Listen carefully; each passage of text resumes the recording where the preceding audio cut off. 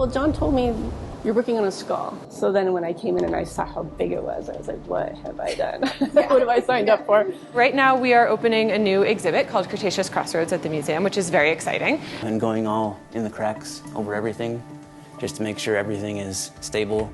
And it took me a little over a year to prep it, so 1,500 hours.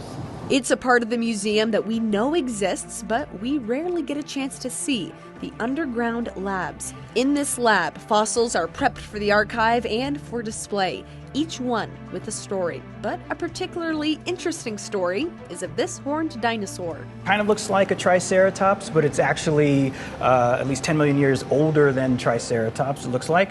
And so this was found in central Montana. Just a couple years ago, we excavated this skull. This guy came in a small boat-sized jacket that took up this entire space up here. At some point, I was sitting inside of it because it's so big. There were times when it wanted to rattle apart, and so I would have to hold it. And I used an air scribe, and the whole thing was covered in concretion.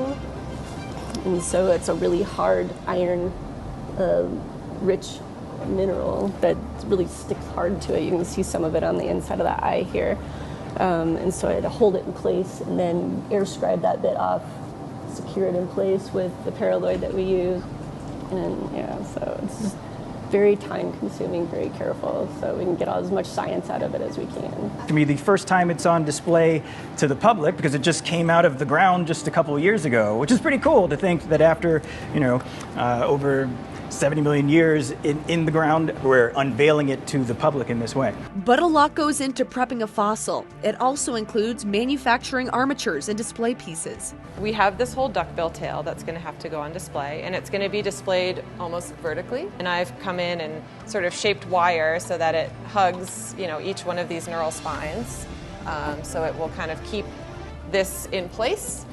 These will then get attached into like a central sort of structure that I have to build out of fiberglass and plaster. It's really nice to have folks come down into the lab and see all the work that we do in the lab. I think sometimes it's this funny little hidden room where magical things happen and all of a sudden there's a fossil on display. It's a team of people working to preserve history to be researched and displayed for the public. And that horned dinosaur, although it doesn't have a name, is actively being studied while on display at Cretaceous Crossroads. But that skull is only one of 400,000 fossils that the Museum of the Rockies has in its collection. In the next installment, we head to the archives to learn more about what life was really like during the Cretaceous period. In Bozeman, Jane McDonald, MTN News.